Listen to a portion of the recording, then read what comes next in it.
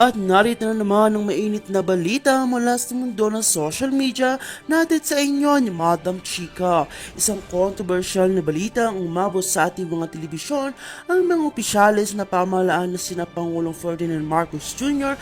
at House Speaker Martin Romualdez ay kinasuhan na at iniresto ng mga otoridad dahil sa mga kasong may kaugnay sa aligasyong katiwalian. Ayon sa mga ulat, kompleto ang mga ebidensya laban sa kanila, kaya't hindi niya sila nakaligtas sa mga investigasyon. Nasa kamay ng mga otoridad si Pangulong Marcos at si Speaker Martin Romualdez matapos matukoy ang mga ebidensya nagpapatibay sa kanilang pagkasangkot sa mga kasong may kaugnay sa hindi tamang paggamit ng pondo ng gobyerno.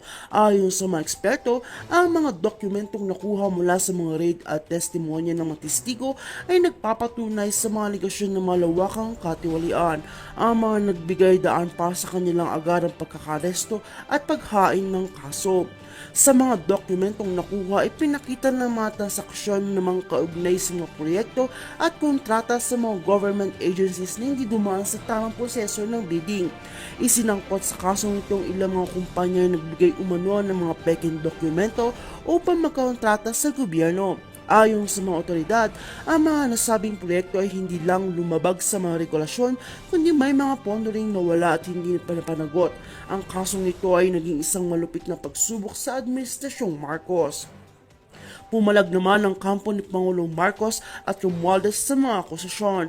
Ayon kay attorney, abogado ng Pangulo at ng Speaker at ito ay isang malisyosyong hakbang sa mga kalaban sa politika upang pabagsakin sila. Ngunit inihayag ng ilang mga testigo na may mga dokumento silang nakita na uugnay kay Marcos at Romualdez sa mga proyekto na hindi nila dapat pinirmahan. Sa kasalukuyang tinutulungan pa rin ng mga kanilang mga abogado ang mga leader sa kanilang pagpapalabas mula sa kulungan, ngunit maraming tanong ang naiwan sa publiko. Ayon naman sa ilang eksperto, hindi lamang ang mga kasong ito nakataya sa magiging kapalaran ni Pangulong Marcos at Romualdez. Malaking epekto nito sa kredibilidad ng Administrasyong Marcos, pati na rin sa kanilang relasyon sa mga mambabatas at mga hensya ng gobyerno. Ang sitwasyon ay nagbigay daan din para sa mas malalim na pag-imbestiga sa mga proyekto ng gobyerno at mga pondo na ito. Pinipilit ng mga hensya ng gobyerno na pagpatuloy ang investigasyon upang tiyakin ang accountability ng mga leaders sa kanilang mga akusasyon.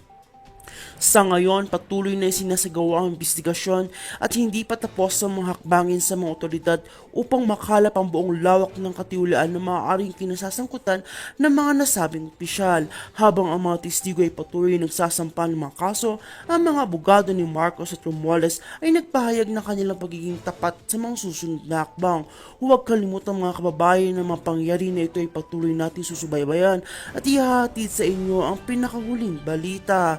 At kung bago ka pa lamang sa aking channel ay huwag kalimutang mag-like, share, and subscribe para update ka sa aming bagong balita.